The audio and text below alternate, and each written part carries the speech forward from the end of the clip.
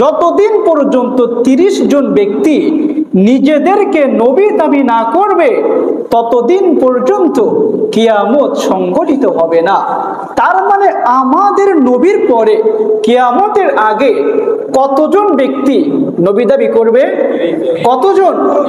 30 জন ব্যক্তি। আপনারা জানেন গত শতাব্দীতে একজন ভণ্ড নবীর আবির্ভাব ঘটেছিল, নাম হচ্ছে গোলাম আহমদ কাদিয়ানি। গোলাম আহমদ কাদিয়ানি, আপনারা দেখবেন আলেমদের ভেতরে অনেক বিষয় নিয়ে মতবিরোধ আছে। কেউ বলেন হাত বাঁধতে হবে বুকের উপরে, কেউ বলেন নাভির নিচে, অনেক বিষয় নিয়ে মতবিরোধ আছে। তবে এই জায়গাতে এসে সমস্ত উলামায়ে কেরাম একমত, কাদিয়ানিরা হচ্ছে কাফের। কাদিয়ানিরা কি?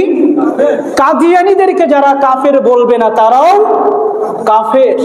দীর্ঘদিন ধরে আমরা রাষ্ট্রপ্রধানের কাছে, প্রধান সরকার বরাবর এই আবেদন আমরা জানিয়ে আসছি, কাদিয়ানিরা আমাদের রাষ্ট্রে বসবাস করবে, এটাতে আমাদের কোনো সমস্যা নাই। আচ্ছা আপনারা আমাকে বলেন, আমাদের রাষ্ট্রে হিন্দুরা কি বসবাস করে না? এই রাষ্ট্রে কি খ্রিস্টানরা বসবাস করে না? করে। তারা তাদের ধর্মীয় পরিচয় দিয়ে বসবাস করে। তো আমাদের রাষ্ট্রে কাদিয়ানিরা বসবাস করবে, এতে আমাদের কোনো আপত্তি নাই। তবে শর্ত হচ্ছে মুসলমান নাম ধারণ করে এই রাষ্ট্রের ভিতরে তারা বসবাস করতে পারবে না, কারণ তারা আমাদের নবীকে শেষ নবী হিসেবে স্বীকার করে না। প্রিয় মুসলমানবৃন্দ, এই গোলাম আহমদ কাদিয়ানি ধরা তো খেয়েছে এবং সর্বশেষ টয়লেটের ভিতরে পড়ে মৃত্যুবরণ করেছে। তো যুগে যুগে যারাই নিজেদেরকে নবী দাবি করবে তারাই ধরা খাবে। নবীর জামানায় একজন ব্যক্তি, নাম হচ্ছে মুসাইলামাতুল কাযযাব, এই ব্যক্তিও নিজেকে নবী দাবি করেছিল।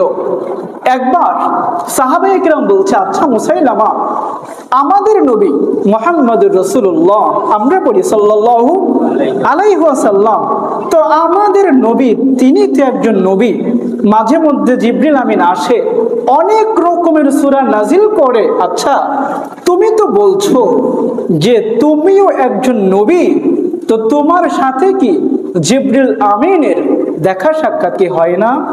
তোমার উপরে কি কুরআনের কোনো আয়াত নাজিল হয় না? এখন আপনারা আমাকে বলেন, মিথ্যাবাদী নবী যারা, তাদের কাছে কোনো আয়াত নাজিল হবে? হ্যাঁ, নাজিল তো হবে না। মুসাইলামাতুল কাযযাব একটু চালাক প্রকৃতির ছিল। সে উত্তর দিচ্ছে, দেখো আমি তো সবে মাত্র নতুন নবী হয়েছি, এখন পর্যন্ত আমার কাছে ফেরেশতা আসে নাই, তবে অতি শীঘ্রই আমার কাছে ফেরেশতা আসবে আর আমার কাছেও সূরা নাজিল হবে। পরের দিন সকাল বেলায় মুসাইলামাতুল কাযযাব সাহাবীদেরকে ডাক দিয়ে বলছে, এই শোনো, তোমরা যে গতকালকে চলে গেলে, তোমরা যাওয়ার কিছুক্ষণ পরেই আমার উপরে একটা সূরা নাজিল হয়েছে। সাহাবীরা তো আশ্চর্য হয়ে গিয়েছে, বলে কি বেটা, ও তো মিথ্যাবাদী, তো ওর উপরে কেমন করে সূরা নাজিল হতে পারে? সাহাবীরা বলছে, আচ্ছা তোমার উপরে কোন সূরা নাজিল হয়েছে একটু তেলাওয়াত করে শোনাও তো। এখন মুসাইলামাতুল কাযযাব তেলাওয়াত করছে, আল ফিল মাল ফিল ওমা আদরাকা মাল ফিল লাহু যানাবু ওয়াবিল ওয়ালাহু খুরতুমুন তাওয়িল। আপনারা অনেকে হাসতেছেন তেলাওয়াত শুনে, অথচ আপনারা এটার অর্থ জানেন না, বুঝেন না। আর মুসাইলামাতুল কাযযাব এটা তেলাওয়াত করেছিল আরবের মানুষদের সামনে। এখন প্রশ্ন হলো, আরবের মানুষেরা বোধহয় আরবির দিক দিয়ে অনেক কাঁচা, হ্যাঁ পাকা, তারা আরবি খুব ভালোভাবেই বুঝে। তো মুসাইলামাতুল কাযযাব যে তেলাওয়াত করলো, এটার অর্থ কি? আল ফিল, হাতি, মাল ফিল, হাতি কি? ওমা আদরাকা মাল ফিল, আপনি কি জানেন হাতি কি? মানে হাতির ডেফিনিশন চলছে। আপনারা ছোটবেলায় পড়েন নাই, গরুর রচনা লিখো, লেখেন না একটা? তা আমরা গরুর রচনা লিখেছি, তো ও বলছে আল ফিল, হাতি, মাল ফিল, হাতি কি? ওমা আদরাকা মাল ফিল, আপনি কি জানেন হাতি কি? লাহু যানাবু ওয়াবিল, তার একটা লেজ আছে, ওয়ালাহু খুরতুমুন তাওয়িল, এবং তার বিশাল বড় একটা সুরও রয়েছে। এখন আপনারাই বলেন এটা কি কোন সূরার ভিতরে পড়ে? সাহাবীরা বলছে, মুসাইলামাতুল কাযযাব, তুমি যে একটা ভণ্ড, তুমি যে একটা প্রতারক, তুমি যে একটা মিথ্যাবাদী, এটা প্রমাণিত হওয়ার জন্য আর কোনো কিছুর দরকার নাই।